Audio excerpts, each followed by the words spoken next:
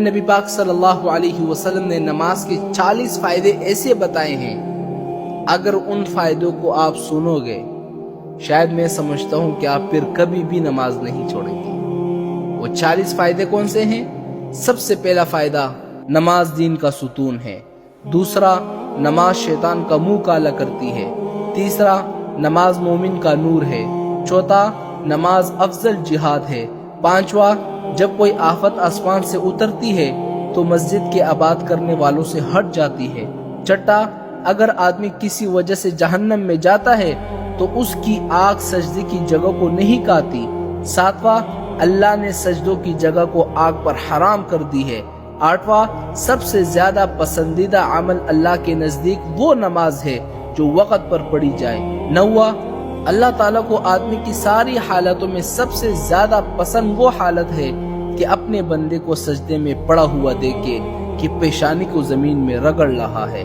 دسواں، اللہ تعالیٰ کے ساتھ آدمی کو سب سے زیادہ قرب سجدے میں ہوتا ہے۔ گیارہواں، جنت کی کنجیاں نماز ہے۔ بارہواں، جب آدمی نماز کے لیے کھڑا ہوتا ہے تو جنت کے دروازے کھول دیے جاتے ہیں اور اللہ تعالیٰ کے اور اس نمازی کے درمیان سے پردے ہٹ جاتے ہیں۔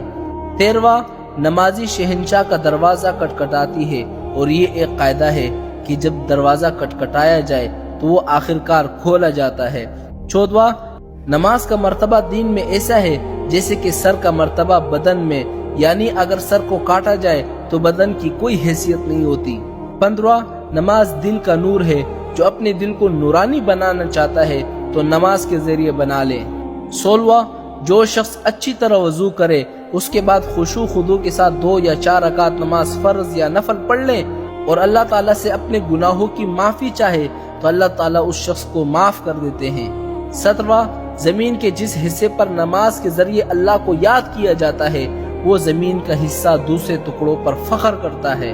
18واں، جو شخص 2 رکعت نماز پڑھ لے اللہ تعالیٰ سے دعا مانگتا ہے تو اللہ تعالیٰ وہ دعا قبول کر لیتے ہیں۔ 19واں، جو شخص تنہائی میں 2 رکعت نماز پڑھ لے جس کو اللہ اور اس کے فرشتوں کے سوا کوئی نہ دیکھے تو اس شخص کو جہنم کی آگ سے بری ہونے کا پروانہ مل جاتا ہے، وہ شخص جہنم سے آزاد ہو جاتا ہے۔ 20واں، جو شخص ایک فرض نماز ادا کر لے اللہ تعالیٰ اس کی ایک دعا کو قبول کر لیتا ہے۔ 21واں، جو 5 نمازوں کا اہتمام کرتا ہے، اس کے رکوع سجدہ وغیرہ سب کا اہتمام کرتا ہے، اچھی طرح ادا کرتا ہے تو اللہ تعالیٰ اس پر جنت کو واجب کر دیتا ہے اور دوزخ کو اس پر حرام کر دیتا ہے۔ 22واں، مسلمان جب تک 5 نمازوں کا اہتمام کرتا رہتا ہے تو شیطان اس سے ڈرتا ہے اور جب وہ نمازوں میں کوتاہیاں کرنا شروع کر دیتا ہے تو شیطان اس پر غالب ہو جاتا ہے اور اس کو بہکانے لگتا ہے۔ 23واں، نماز ہر متقی کی قربانی ہے۔ 24واں، سب سے افضل عمل وہ ہے کہ پہلی وقت میں نماز پڑھنا۔